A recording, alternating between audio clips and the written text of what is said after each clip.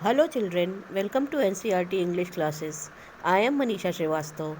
Today I am here to explain chapter number 2 from the book First Flight, which is for students of class 10th. The name of the chapter is Nelson Mandela Long Walk to Freedom. What is his full name here? Nelson Rolihlahla Mandela. Before you read this chapter, you must know something. Apartheid is a political system that separates people according to their race. Apartheid एक term है, एक word है जो political system के लिए use होता है। एक ऐसा सिस्टम जो लोगों को रेस यानी कलर के आधार पर डिस्क्रिमिनेट करता है, सेपरेट करता है। कैन यू से which of the 3 countries named below had such a political system until very recently? क्या आपको मालूम है कि ये 3 नाम जो दिए गए हैं उनमें से किस कंट्री में सबसे ज़्यादा था ऐसा पॉलिटिकल सिस्टम, अपार्थाइड चलता था? 3 नाम यहाँ दिए गए हैं, United states of America, south Africa and Australia. And the answer is south Africa. South Africa में काफ़ी हाल तक अपार्थाइड नाम का पॉलिटिकल सिस्टम चलता था, जहाँ पर रेशियल डिस्क्रिमिनेशन होता था, मतलब कलर के आधार पर, गोरे काले के आधार पर भेदभाव किया जाता था। Have you heard of Nelson Mandela? क्या आपने नेल्सन मंडेला के बारे में सुना है? Mandela and his African national Congress. Mandela और उनकी अफ्रीकन नेशनल कांग्रेस पार्टी थी, political party, spent a life time fighting against apartheid. Mandela और उनका टीम यानी अफ्रीकन नेशनल कांग्रेस, इन्होंने पूरी ज़िंदगी गुजार दी थी अपार्थाइड के खिलाफ लड़ाई करने में। Mandela had to spend 30 years in prison. Mandela को 30 साल तक प्रिजन में यानी जेल में रहना पड़ा था। Finally democratic elections were held in south Africa in 1994। Finally democratic elections हुए। डेमोक्रेटिक मतलब जहाँ पर प्रजा का राज होता है, कोई रेशियल डिस्क्रिमिनेशन नहीं होता। 1994 में साउथ अफ्रीका में हुआ। And Mandela became the first black president of a new nation. और उसके बाद मंडेला यानी नेल्सन मंडेला बने पहले ब्लैक प्रेसिडेंट नए राष्ट्र के, जो कि अब एक डेमोक्रेटिक नेशन था। In this extract from his autobiography Long Walk to Freedom, Mandela speaks about a historic occasion, the inauguration. ये जो एक्सट्रैक्ट लिया गया है, जो हम आगे पढ़ेंगे, वो नेल्सन मंडेला की ऑटोबायोग्राफी मतलब जो उन्होंने अपनी लाइफ हिस्ट्री लिखी है, अपनी लाइफ के बारे में बुक लिखी है, इसका नाम है लॉन्ग वॉक टू फ्रीडम। इस एक्सट्रैक्ट में मंडेला एक हिस्टोरिक ओकेज़न के बारे में बात कर रहे हैं, जिसका नाम है द इनॉग्रेशन।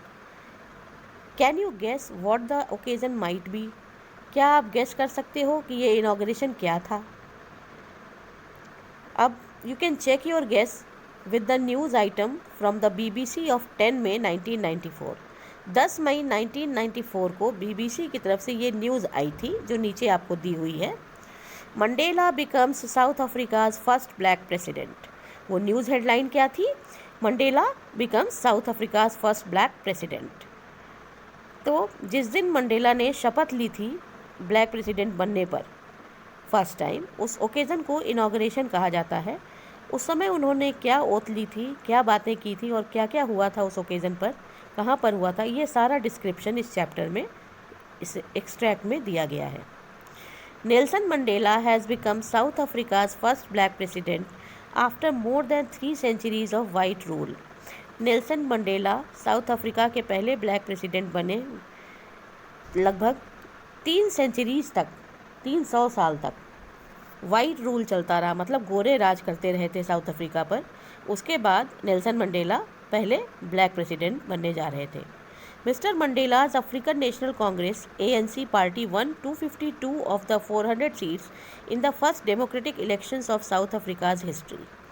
अब मिस्टर मंडेला की जो अफ्रीकन नेशनल कांग्रेस जो पार्टी थी, उसने 400 सीट में से 252 सीट जीत ली थी। तो जो पहला डेमोक्रेटिक इलेक्शन था तो वो ANC ने जीत लिया था। The inauguration ceremony took place in the Union Buildings amphitheatre in Pretoria today, attended by politicians and dignitaries from more than 140 countries around the world. ये जो इनॉग्रेशन सेरेमनी थी वो यूनियन बिल्डिंग एम्फी थिएटर में होने जा रही थी। Amphi theatre कहते हैं एक ऐसी बिल्डिंग को जिसके ऊपर छत ना हो और डिफरेंट स्टेप्स पे चेयर्स लगी हूँ। जैसे आपने एक बड़ा स्टेडियम देखा होगा जिस पर छत नहीं होती है लेकिन स्टेप्स पे लोग बैठे होते हैं, चेयर्स लगी होती हैं। तो यूनियन बिल्डिंग आप कह सकते हैं, जैसे इंडिया में पार्लियामेंट हाउस वगैरह होते हैं, उनका एक एम्फी थिएटर था, वहाँ पर ये इनाग्रेशन सेरेमनी होने जा रही थी। और उसको अटेंड कौन कर रहा था? लगभग 140 कंट्रीज़, पूरी दुनिया से लगभग 140 कंट्रीज़ से डिफरेंट पॉलिटिकल लीडर्स और बड़े बड़े लोग वहाँ पर आने वाले थे। Never again will this beautiful land experience the operation of one by another, said Nelson Mandela in his address. Nelson Mandela ने जो भाषण दिया था उसमें ये कहा था, अब ये खूबसूरत कंट्री, ये खूबसूरत धरती कभी भी एक का दूसरे के द्वारा सताया जाना नहीं देखेगी, क्योंकि 300 साल तक यही चलता रहा था। वाइट्स ने ब्लैक्स को बहुत ज़्यादा सताया था और वो वही राज करते रहे थे। तो नेल्सन मंडेला ने सबसे पहले जब एड्रेस किया पब्लिक को वहाँ पर, तो उन्होंने कहा कि अब इस खूबसूरत धरती पर कोई भी किसी को नहीं सताएगा, कोई रेशियल डिस्क्रिमिनेशन नहीं होगा। Jubilant scenes on the streets of Pretoria followed the ceremony with blacks, whites and colors celebrating together. बहुत प्लेजेंट्री सीन था प्रिटोरिया की स्ट्रीट्स पर, जिसमें लोग ब्लैक हो चाहे वाइट हो, डिफरेंट तरह के लोग एक साथ सेलिब्रेशन कर रहे थे। More than 1 lakh south African men, women and children of all races sang and danced with joy. 1 lakh से भी ज़्यादा साउथ अफ्रीकन आदमी, औरतें और बच्चे एक साथ तरह के रेस के, मतलब अलग अलग कलर्स के, अलग अलग जाति के, सब एक साथ नाच गा रहे थे और खुशियाँ मना रहे थे।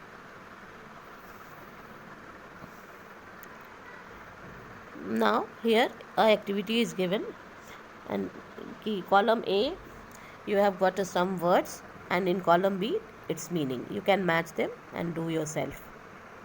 Now what is there in the chapter? 10th May dawned bright and clear.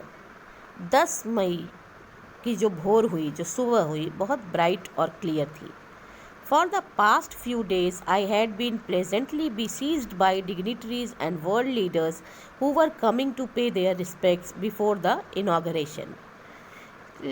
पिछले कई दिनों से मैं बहुत खुशी लोगों से सराउंडेड था। देखिए, besieged का मतलब लिखा है to be surrounded closely by, मतलब तरह की डिग्निटरीज और वर्ल्ड के लीडर्स से मैं सराउंडेड था, जो कि इनॉग्रेशन से पहले मुझे रिस्पेक्ट देने के लिए वहाँ पर आ रहे थे।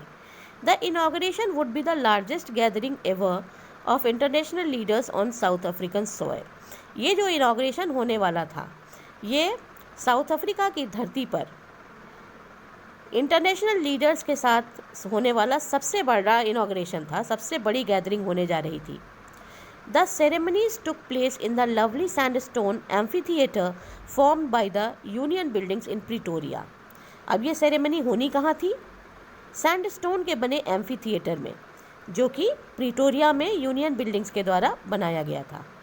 एम्फी थिएटर मैंने पहले ही बताया कि एक बिल्डिंग है जिसमें रूफ नहीं होता, with many rose of seats rising in steps. For decades, this had been the seat of white supremacy.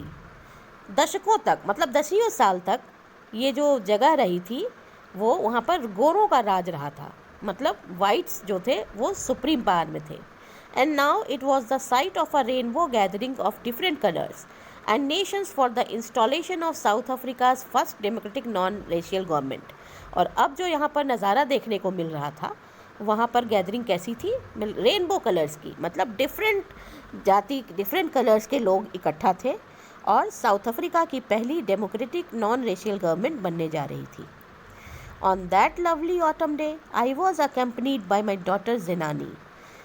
अब उस दिन, वो बहुत खूबसूरत ऑटम डे था, ऑटम आप समझते हो, पतझड़ का मौसम। उस दिन मैं अपनी बेटी जिनानी के साथ वहाँ पहुँचा। On the podium, Mr. De Klerk was first sworn in as second deputy president. Podium पर सबसे पहले जिसने शपथ ली वो थे मिस्टर डी क्लर्क, जिन्होंने सेकेंड डेप्यूटी प्रेसिडेंट के तौर पर शपथ ली। देन